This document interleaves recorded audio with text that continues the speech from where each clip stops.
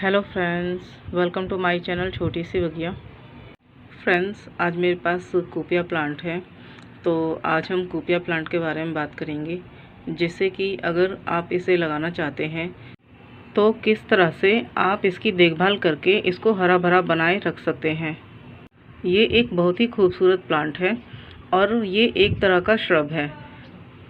ये लंबाई में छोटा होता है लेकिन घना काफ़ी होता है। अगर हम ज़मीन में लगाते हैं तो ये बहुत तेज़ी से फैलता है। इसकी 260 वैरायटीज़ होती हैं और सभी में अलग अलग कलर के फूल खिलते हैं और पत्तियों का साइज़ भी अलग अलग होता है। किसी में ऑरेंज कलर के फ्लावर खिलते हैं, किसी में पर्पल, किसी में पिंक और किसी में रेड कलर के। इसके फ्लावर का साइज़ और शेप इसकी वैरायटी के हिसाब से अलग अलग होता है। कुछ प्लांट में इसमें जो फ्लावर होता है वो सिगार की शेप का होता है, लंबे से पाइप की तरह, और कुछ वैरायटी में इसका जो फ्लावर है वो एकदम माउस की तरह दिखता है, तो इसे माउस फ्लावर भी बोलते हैं। मेरे पास जो ये वैरायटी है ये मैक्सिकन हीथर है, इसे फॉल्स हीथर भी बोलते हैं और इसमें पर्पल कलर के फ्लावर्स खिलते हैं। ये एक इजी टू ग्रो और एक इजी टू केयर प्लांट है और इसे फर्टिलाइज़र की भी ज़्यादा ज़रूरत नहीं पड़ती। इसमें ज़्यादा फर्टिलाइज़र नहीं डालना चाहिए, क्योंकि अगर हम ज़्यादा फर्टिलाइज़र डालेंगे तो इससे प्लांट ख़राब हो जाएगा। ये बहुत अच्छी ग्रोथ लेता है अगर हम इसका थोड़ा सा ध्यान रखते हैं। इसका हमें ज़्यादातर जो ध्यान रखना है वो ये कि इसको हमें हमेशा सेमी शेड में रखना है। अगर हम इसको सेमी शेड में रखते हैं तो हमारा ये प्लांट ऑल टाइम चलने वाला है। सभी सीज़न में हमारे पास ये प्लांट हरा भरा बना रहता है। इसको बस डायरेक्ट धूप से हमें बचाना है, इसको कभी भी तेज़ धूप में नहीं रखना है। इसको अगर हम धूप में रखते हैं तो इसकी जो सारी पत्तियां हैं वो सूख जाती हैं, ब्रांचेस पूरी सूख जाती हैं और ये पूरा प्लांट ख़राब हो जाता है। इसकी सबसे जो ज़रूरी केयर हमें करनी है वो ये है कि हमें इसको धूप से बचाना है। इसको बस हल्की सी धूप में रखना है, जहाँ पर इसको धूप के साथ साथ छाँव भी मिलती रहे। यानी कि हमें इसको हमेशा सेमी शेड में रखना है अगर इसको हरा भरा बनाए रखना है। तो आप इस प्लांट को जब लगाते हैं तभी इसमें थोड़ा सा खाद मिला दें और इसमें नेचुरल फर्टिलाइज़र ही डालें, जैसे कि गोबर खाद, जिससे कि हमारा प्लांट बहुत अच्छे से चल पाए।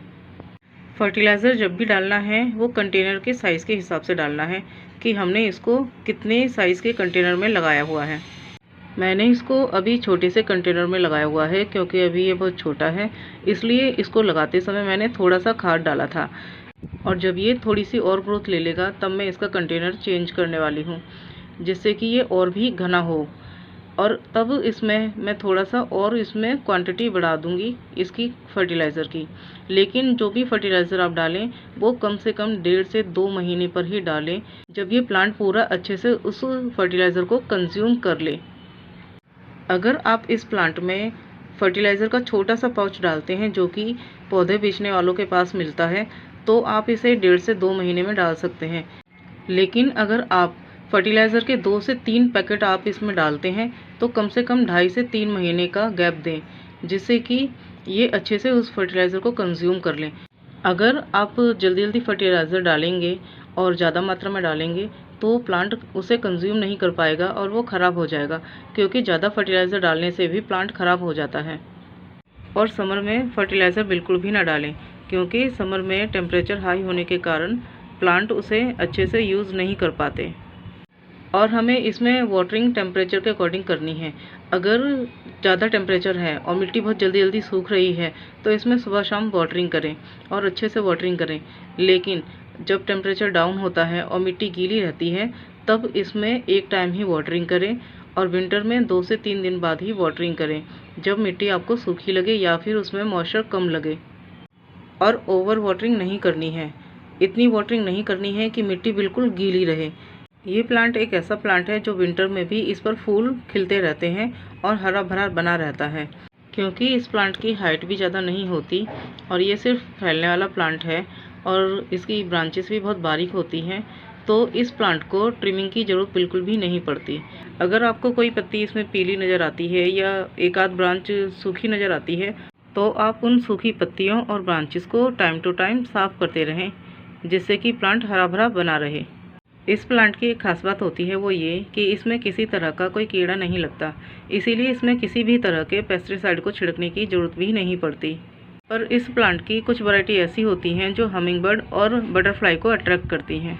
ये एक आउटडोर प्लांट है और अगर आप इसे इंडोर में रखना चाहते हैं तो आप बालकनी जैसी जगह पे रख सकते हैं जहाँ पर कम से कम 2-3 घंटे की धूप इसको ज़रूर मिले।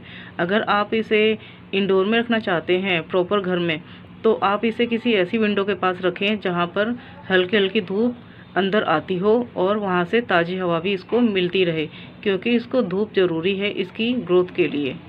ये एक ऐसा प्लांट है जो कंटेनर के साइज़ के हिसाब से ग्रोथ लेता है।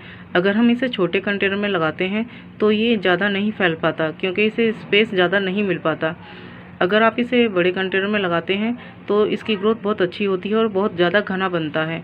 और अगर आपके पास कहीं स्पेस है ज़मीन में लगाने के लिए, अगर आप इसे ज़मीन में लगाते हैं तो ये बहुत तेज़ी से फैलता है और काफ़ी घना बनता है। इसकी रिपोर्टिंग तभी करें जब गमले में रूट पूरी तरह से फैल चुकी हो।